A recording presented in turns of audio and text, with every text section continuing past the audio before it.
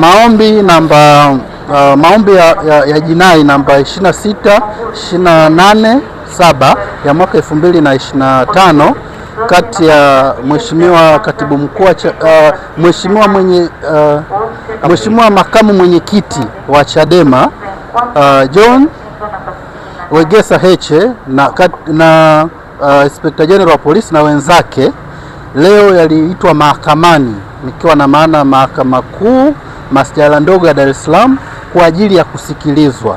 Sasa kama ambavyo tulitaarifu umma tarehe iliyopita kwamba upande wa wajibu maombi waliomba kuleta majibu yao, nikiwa na maana kiapo kinzani kujibu yale maombi ya mleta maombi, na ni kweli wameleta majibu na yalikuwa yametakiwa kuletwa sio zaidi ya jana tarehe 9 mwezi wa 11 2025, na walifanya hivyo, na sisi leo waliweza kutupatia nakala, lakini pamoja na mambo mengine kwenye hayo majibu au kiapo kinzani wameweza kuleta pingamizi la awali la kisheria.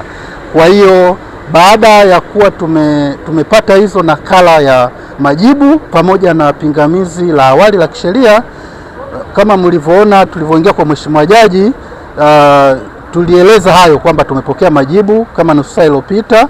Sasa kutokana na mazingira yaliyokuwepo, pingamizi limeletwa muda mchache uliopita. Kwa upande wetu tukaona ni busara kwa faida ya mteja wetu tuweze kupata muda ili tujiandae tuje kufanya kile ambacho mteja wetu ametutuma kusikiliza, na mahakama sasa ipate nafasi ya kusikiliza pande zote na kutoa majibu ya pingamizi la awali pamoja na maombi kwa ujumla. Kwa hiyo Mheshimiwa Jaji amepanga tarehe 13 mwezi huu wa 11 2025 saa 4:30 asubuhi maombi yaje kwa ajili ya kusikilizwa kwa pamoja na pingamizi la awali la kisheria ambalo limeletwa na wajibu maombi.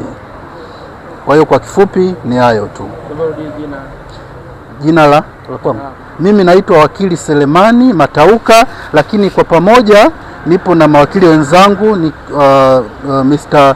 Paul Kisabo, William Madu na wengine, pamoja na Fredrick Msaki, Doris Sarun na Kafuku, lakini wao wameshaondoka, lakini wote kwa pamoja tulikuja kwa ajili ya kumwakilisha Mheshimiwa Heche. Amlifanikiwa kuonana Heche, labda ana hali gani kwa alipo, anasemaje kusema? Kwa ukweli kwa hizi siku mbili hatujaweza kufanikiwa, lakini kwa taarifa ambazo tunazo ni kwamba juzi na jana hali yake haikuwa mzuri na aliweza kufikishwa hospitali ya taifa Muhimbili kwa ajili ya matibabu zaidi. Kwa hiyo tukitoka hapa tutaweza kufuatilia zaidi ili kuona hali yake inaendeleaje, lakini kwa wakati wa siku mbili zilizopita hali yake haikuwa mzuri na alifikishwa Muhimbili kwa ajili ya matibabu na check up zingine za kitabibu.